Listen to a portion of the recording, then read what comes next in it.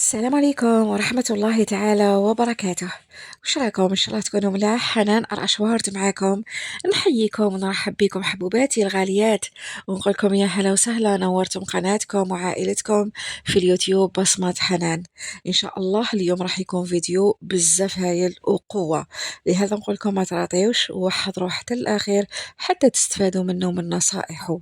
أيضا موضوعنا كما قلت راح يشمل ويهم كل امرأة تسمعنا، راح يهمني أنا، يهمك أنتِ، ويهم بزاف أخواتنا. لماذا؟ لأنه هذا الفيديو راح يكون على الجمال، هذا الموضوع راح يكون على الزين، على الأنوثة. وكي نقولوا المرأة نقولوا الأنوثة، نقولوا الجمال، نقولوا الزين، ولا واش قال خياتي؟ لهذا نقول لك اسمعيه مليح وبارطاجي الماكسيموم حتى واحد اخرين يستفادوا منه، وايضا يستفادوا من بقيه المواضيع الموجوده في قناتنا. وخلوا لنا هذاك اللايكات الشابين والتعليقات، واي حاجه راكم حابين تستفسروا عليها قولوها لي من خلال لي كومونتير، وراكم تشوفوا بلي خدكم ما راهيش تقصر معاكم، وراهي توجور معاكم وتريبوندي على كل تعليق يجيها. ايه باوي، نحبكم بزاف حبوباتي. كما قلت لكم موضوعنا لنهار اليوم تحت عنوان كيفاش تتهلاي في حياتك. في حياتك؟ لا لا، كيفاش تتهلاي في جمالك وزينك. شفتوا مع البداية بدينا نتخلطوا، ما راناش راح نتخلطوا، بالعكس اليوم راح نكونوا بزاف كوستو وراح نديروا موضوع توب دو توب. يباوي حبيبتي، نقول لك كيفاش تتخلطي في زينك وفي جمالك. اول حاجه لازم تفهموا باللي ما كاش وحده على وجه الارض ماشي شابه، ما كاش مرأة ماشي شابه. ممكن انه كاين اللي تعرف تبين زينها، وكاين للاسف اللي هي طفات زينها وجمالها. هذه لازم نكونوا متفقين عليها. وما تقوليليش انا بيضة ولا انا سمراء ولا، شوفوا كلكم جميلات. ليسونسيال تكونوا تعرفوا كيف تبينوا زينكم وكيف تعتنيوا به، وهذا اهم شيء. لهذا حبيت نقول لك باش تتهلاي في جمالك لازم تفهمي حاجة مهمة ايضا، باش نفهموا تخي بيان موضوع اليوم. انه الجمال ماشي ايضا غير في الشكل، هو طاقة وحضور وثقة بالنفس. وماشي لازم تكوني مثالية بيرفكت ولا كاملة. توجور نقول لكم الكمال لله تعالى، ولكن الوحدة فينا تحاول أنه تحسن من نفسها قدر المستطاع من كل النواحي. والمهم حبيبتي أنك تكوني مهتمة بروحك وبذكاء. ونقول لك الطريقة الصح اللي راح تزيد فيك وتزيد في جمالك وتزيد في الرونق. وكما نعرفوا أنه المظهر الخارجي يلعب دور كبير على أنه يزيد في ثقتك بنفسك، ويلعب دور كبير في أنه يخليك بطاقة إيجابية دائما، وأيضا راح يقوي حضورك ويعززه. لهذا نقولك أنه المظهر الخارجي يكمل المظهر الداخلي ويساعده بطريقة بزاف كبيرة. لهذا نقولك حبيبتي هاد الخطوات لابد أنك تعملي بهم حتى فريمون تكوني صحيحة، يعني تعرفي واش اللي فريمون يخليك إنسانة من كل النواحي، يعني راضية على نفسك. هذا هو، يعني هذا هو الشيء اللي رانا حابينه. أول حاجة نبداو بها هي العناية بالبشرة اللي هي أساس الجمال. وجا وش قال؟ أول حاجة نقولك حبيبتي اعتني بالبشرة ديالك. مثلا حاولي أنه تغسلي وجهك توجور، يعني توجور حاولي أنه تغسلي وجهك بطريقة بزاف مليحة ودي وقت، ماشي جوست ترمي عليه الماء وشوية صابون خلاص. لا لا، اقعدي يعني مدي وقت للبشرة ديالك. اغسلي وجهك مليح، يديك مليح، وأيضا اختاري الصابون المناسب. شوفوا أنا ما نكدبش عليكم، نستعمل كل أنواع الصابون، ولكن توجور نميل للصابون يعني ناتشور اللي بدون ما روائح، يعني تلقاوه في لي فارماسي. وهاد الصابون أنا ننصح فيه، يعني أي صابون يعني ليسونسيال يكون كيما نقولوا حنا ناتشور، ما فيش ما فيش هذا واش يسموه ما فيش المواد الكيميائية بزاف، وما فيش هاد الروائح اللي ممكن تسبب لك يعني نوع من الحبوب ولا تهيجات في البشرة ديالك. وعلى بالكم المرأة كي تكبر، يعني كل ما تكبري توصلي الثلاثينات ولا ما في العشرينات، يعني تلقاو باللي الملمس تاع البشرة ديالكم ممكن يبدا يتغير وذلك للهرمونات إلى آخره. لهذا اعتنيوا بوجهكم وبيديكم بلابو تاعكم واختاروا الصابون الصحيح اللي يناسبكم. وإذا حبيتي أنه تنقصي عليك هذا الهم اللي بزاف في اختيار الصابون، راني قلت لك استعملي صابون طبيعي اللي ما فيش روائح ولا حتى شيء، يعني تشريه من الفارماسي يعني بسعر في المتناول، وانتي هنيتي روحك وصدقيني راح بزاف يعطي تأثير إيجابي على لابو نتاعك. أيضا استعملي كريم مرطب يساعد ويساهم في أنه يخلي البشرة تاعك توجور في حالة جيدة، يعني يساهم في ترطيبها. على بالكم مع تغير المناخ وخاصة في السنين الأخيرة، لو كان تلاحظوا باللي ما ولاتش الكليما كيما كانت بكري، الوغ ولات لابو تنشف بزاف وذلك بفعل الحرارة، ما في البرودة، يعني تشققات اللي تصرالنا في البرودة سواء كان في الوجه ولا في اليدين ولا في الرجلين حاشاكم ولا في الكور ديالنا كامل، يعني الكور ديالنا كامل اللي هو الجسم تاعنا بالتأكيد. ولهذا لابد أنه نحرص على ترطيبه سواء في الصيف ولا في الربيع ولا في الخريف ولا في الشتاء، ما كاش وقت محدد. توجور رطبي الجسم ديالك، اختاري الكريم اللي يناسب لابو تاعك، يعني جربي بعض الكريمات وحاولي انه ترطبي يعني الجسم ديالك باش تيفيتي التشققات، خاصة ولا هذاك الملمس الخشن، خاصة في هذا الفصل اللي رانا فيه الشتاء. توجور تلقاو هذاك الصر، يعني على بالي خاصة احنا بالنساء نخدموا الشغل إلى آخره، على بالكم يضرب الهواء في يديكم ولا في وجهكم، تلقاو هذاك الصر، هذيك القشرة اللي تجيك في وجهك وتسبب تشققات إلى آخره. مام الشفاه، على بالكم الشفاه لابد من ترطيب مستمر.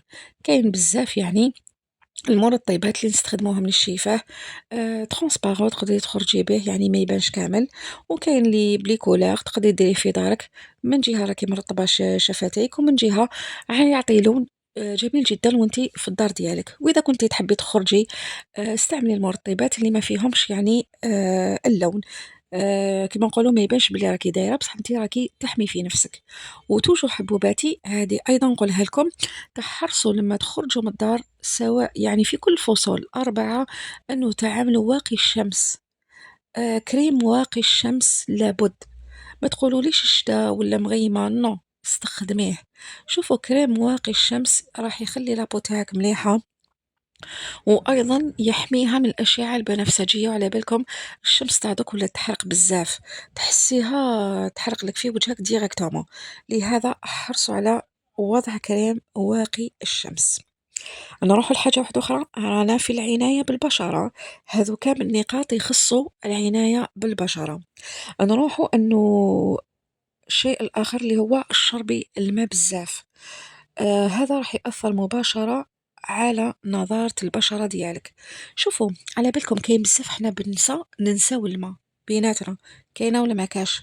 كاين اللي تلقيها بالدوجور ما تشربش كامل، هذا أمر ما راحش يكون مليح لصحتك، سواء صحتك البدنية ولا حتى للجمال ديالك، لأنه الماء هو اللي يمدلك النضارة، الماء يمدلك النضارة ويخلي لابو تاعك يعني تشع ويبرز جمالك، يساهم في إبراز الجمال. لهذا ما تتغاضيش على أنه تشربي الماء، توجور حاولي أنه تشربي على الأقل يعني لترين في اليوم ولا لتر ونصف في اليوم من الماء. هذا أمر راح يساهم في أنه يخلي البشرة ديالك فريمون بزاف شابة، وكما نقولوا كما تالي ستار، يبا ويكوني ستار حبيبتي، كوني نجمة، وش بيكوني ملكة. أنا نقول لك نصائح هادو باش يخلوك مهنية. وعلى بالكم سبحان الله كاين بزاف اللي يعانيو من الحبوب كيما حب الشباب إلى آخره في البشرة ديالهم، ولا مثلا تشققات في اليدين إلى آخره، هذا خلى ثقتهم بنفسهم تقل. نقول لك حبيبتي ما تخليش روحك هكذا، رانا اليوم كل شيء متوفر. إذا يعني حصلتي كامل روحي توجهي لطبيب مختص، طبيب الجلد يمد لك ديك خام يساهموا في ذلك، يساهموا في أنه ينقصوا منك هذه التهيجات، وأيضا يساهموا في أنه يرجعوا البشرة ديالك يعني شابة، باش ما تكونش عندك هذيك العقدة. ما تخلوش نفسكم تتعقدوا من شيء ماشي لازم تعقدوا منه. اليوم كل شيء كاين، كل شي كاين. يعني فقط أنتِ اسعاي وحاولي حسّني نفسِك ومن البشرة ديالِك قدر المستطاع، لأنه هذا راح يلعب بزاف على ثقتِك بنفسِك. شفاي على هاد الهضرة. It's okay. تفاهمنا عليها؟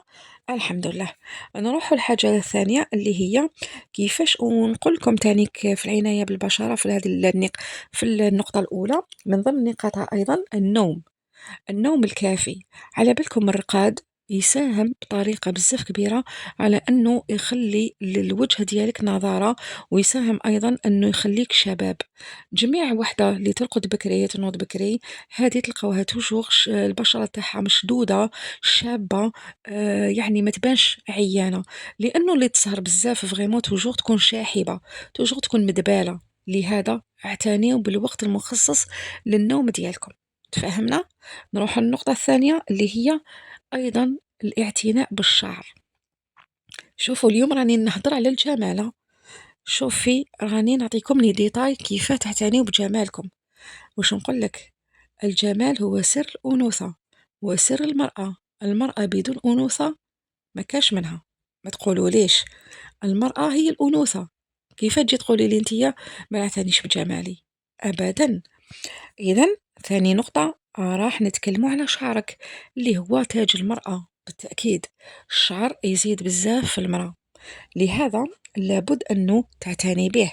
أول حاجة حبيبتي، اختاري الشامبو اللي يناسب النوع الشعر ديالك، سواء كان شعرك اللي يزيد بزاف ولا اللي ناشف ولا مثلا دايرة صبغات. لهذا لابد من اختيار الشامبو الخاص بنوعية شعرك، باش يساهم في أنه يعطي نضارة للشعر، وأيضا يحافظ على الملمس والمظهر الجذاب واللمعان، وهذا أهم شيء. أيضا حبيبتي تاني حاجة في الاعتناء بالشعر، أنه حاولي يعني ديري حمام تاع الزيت على الأقل مرة في الأسبوع، مثلا في الويكاند ديري حمام زيت. يعني حاولي انه ترقدي به، مثلا ديريه بالخميس العشيه الوغ ترقدي به للجمعه صباح، يعني تنوضي دوشي ما شاء الله عليك. الحمام الزيتي راح يخلي شعرك يتشرب يعني الجلد تاع الجلده يعني والجذور تاع الشعر يتشربوا هذاك الزيت، مما يزيدهم في القوه، وايضا يساهم في حتى كثافه الشعر، وايضا يعطي لابغيونس، يعطي اللمعان.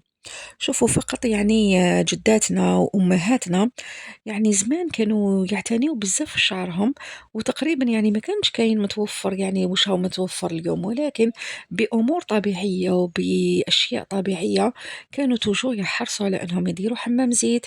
يعني أنا نشفى زمان يديروا حمام زيت، يديروا القردون، يعني يعتنيوا بشعرهم حتى لبناتهم. يعني هذا الأمر راح فريمون يساهم في أنه شعرك يكون أكثر نضارة وأكثر كثافة، وأيضا يكون يعني كما نقولوا قوي، سيسا يعني قوي.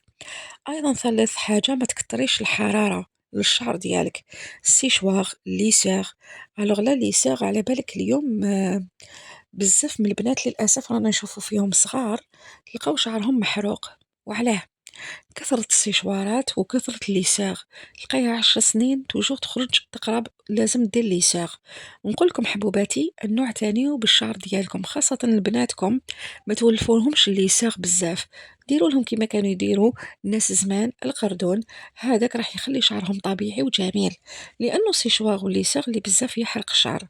مام حنايا خاصة اذا كنت متزوجة وكنت ديري صباغات الى اخره، على بالكم ليماش ولا يضروا بالشعر. لهذا لابد أنه تنقصي شوية من هذاك السيشواغ والليساغ اللي بزاف.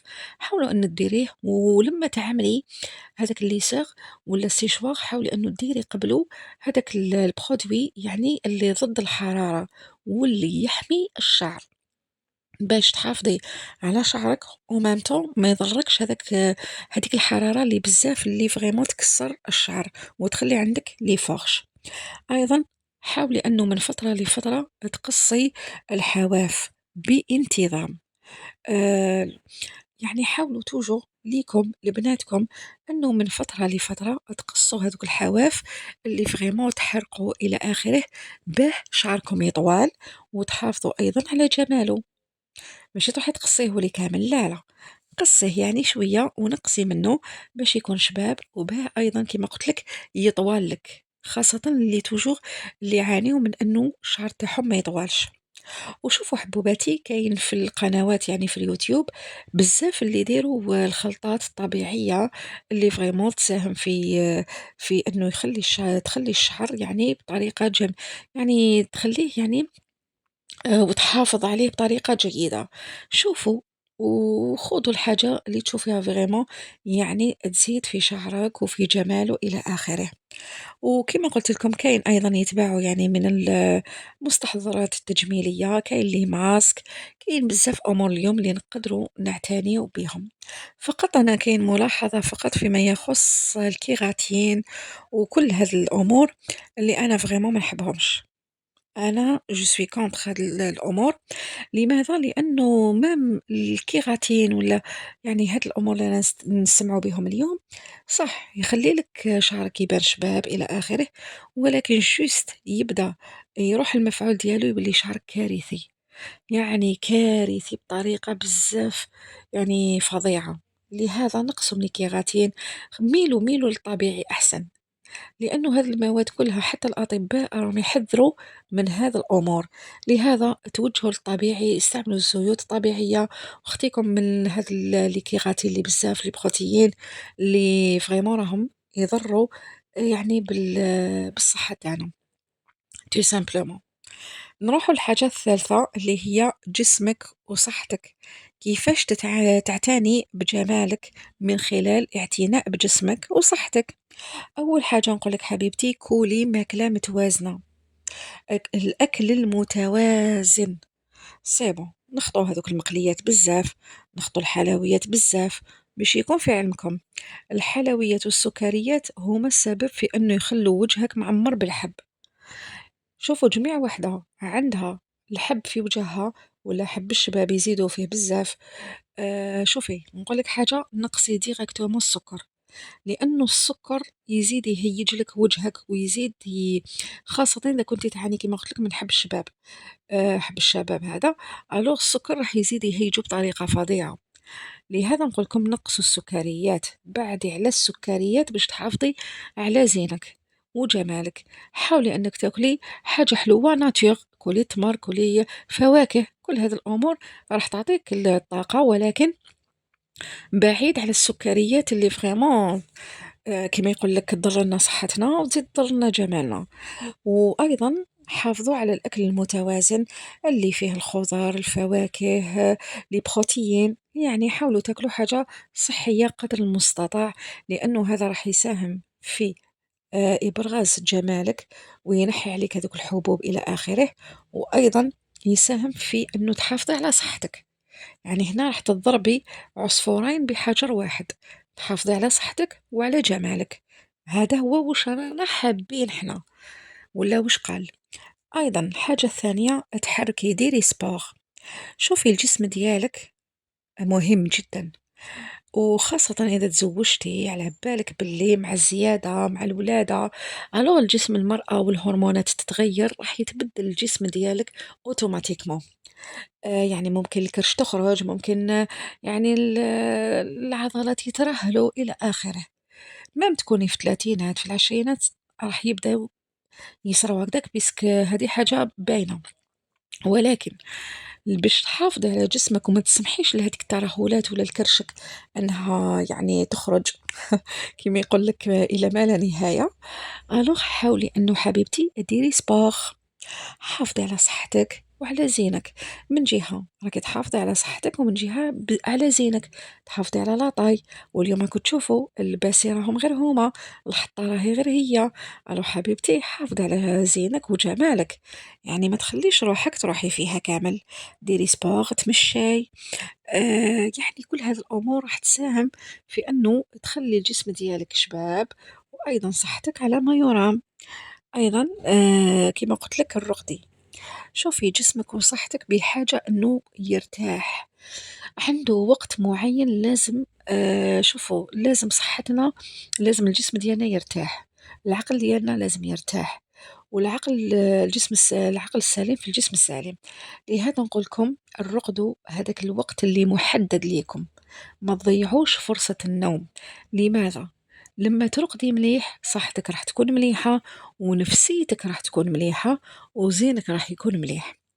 لهذا اعتني بالنوم ديالك باش تبعدي على نفسك هذاك الشحوب وهذاك الذبلان، وايضا حتى ليسان، يعني كي تسهري بزاف يبداو يخرجوا لك ليسان، وليسان على بالك راح يبداو يقلقوا فيك وفريمون ياثروا بزاف. لهذا الرقدي حبيبتي وخذي هذاك القسط تاع الراحه اللي فريمون الجسم ديالك يحتاجه. تو سامبلومون راكو تشوفوا راني نتكلم في واحد لي ديتاي بزاف سهلين واي وحده تقدر ديرهم. ألوغ ما تبقاوش تشوفوا لي أنايا في المشاهير، وتشوفوا لي مثلًا يعني في الجسم الأجسام تاعهم وجمالهم تقولوا ياه هاذيك شوفي كيف مازالها صغيرة ومحافظة على زينها وأنا يعني كبرت بلا وقت. نحي لي هاد الهضرة. أنا راني نتكلم هنا ونقول لك حافظي على جمالك بطرق بسيطة، بعيد عن العمليات التجميل إلى آخره. ما تنسوش باللي لي ستار وكامل والمشاهير راهم يعملوا أيضا العملية التجميل. حنا ما راش حابين نوصلوا لهذاك الشيء، كيما يقول لك نعتنيو بزيننا وجمالنا قدر المستطاع، والله الله علينا ولا واش قال خياتي. رابع حاجة نروحوا لها اللي هي كيفاش تعتني أيضا بجمالك والزين ديالك الحنونة، اللي هي النظافة والتفاصيل اللي فريمون بزاف صغيرة واللي حنا ممكن نتغاضاو عليها. ريحتك لازم توجور تكون شابة، الدوش الاستحمام يا حبوباتي تنوضوا مع الصباح ديروا هذاك البتي شاور الله الله اللي يعطيكم فريمون انرجي بوزيتيف، واللي فريمون تخلي ريحتك تعبق الجسم ديالك نقي ونظيف وريحتك شابة. استعملي العطور يعني الجميلة اللي تزيد في أنوثتك في البيت. وأيضا حتى إذا خرجتي يعني برا وما تحبيش أنك تتعطري، يعني كاين بزاف لي جال دوش اللي فريمون يعني يعطونا هذيك الإحساس بلا فريشور، يعني فريمون كي تدوشي به مام هو يعني اللي قدامك ما يشمش فيك ولكن انتي تحسي به، تحسي بهذيك لا فريشور. ليسونسيال انه ريحة النظافة تبان فيك، هذه هي. وكاين بزاف لي ديودورون يعني اللي فريمون ما راهمش طاغيين في روايحهم، فقط جوست يعطوك ريحة النقاء. هادو يعني حاولي انه تستعملي بالتاكيد لي ديودورون اللي ملاح اللي يناسبوا يعني الصحه ديالنا، بعيد عن اللي ممزوجين بالكحول الى اخره. اختاروا لي مارك اللي فريمون يكونوا ملاح. كيما قلت لكم يعني حافظي على نظافتك ايضا. كيما نقولوا حنا قبل النوم ايضا دوشي، اعتني بجمالك، رطبي الجسم ديالك. اذا كل هذه الامور راح تساهم في ابراز جمالك. ما تخلوش روحتكم فايحات في وقت رانا كل شيء متوفر، يعني تروحي الكوسميتيك تدوخي على منين راكي تخلي روحك فايحة. لهذا نقول لكم اعتنيوا بجمالكم. ايضا الاظافر تاعك نقيهم رتبيهم، اللبس ديالك يكون نظيف جميل مرتب يوالم البشره ديالك، الالوان تتماشى مع لون البشره ديالك. كل هذا الامر حيزيد في جمالك حبيبتي. والنقطة الأخرى اللي نقولها لك أنه لازم تعتني بوقفتك ومشيتك وأيضا النظارات ديالك، كل هذو تعلميهم حبيبتي لأنه راح يزيدوا في ثقتك بنفسك. أيضا الجمال الداخلي اللي ما نقدروش نستغناو عليه اللي هو الهدوء، الأخلاق، الابتسامة، الطاقة الإيجابية اللي تخلي أي وحدة تبان أجمل.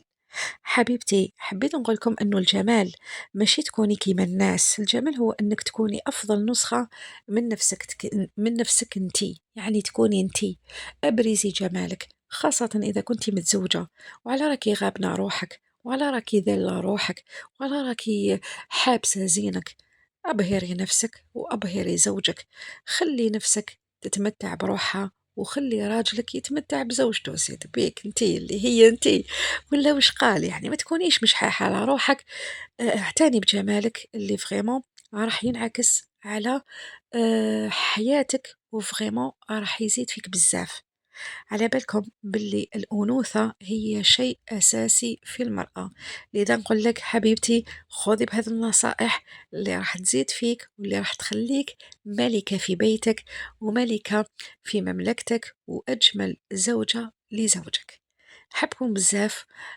كما يقول لك تهلاو في رواحتكم، تلاقاو في فيديوهات أخرى إن شاء الله. مع السلامة حبوباتي.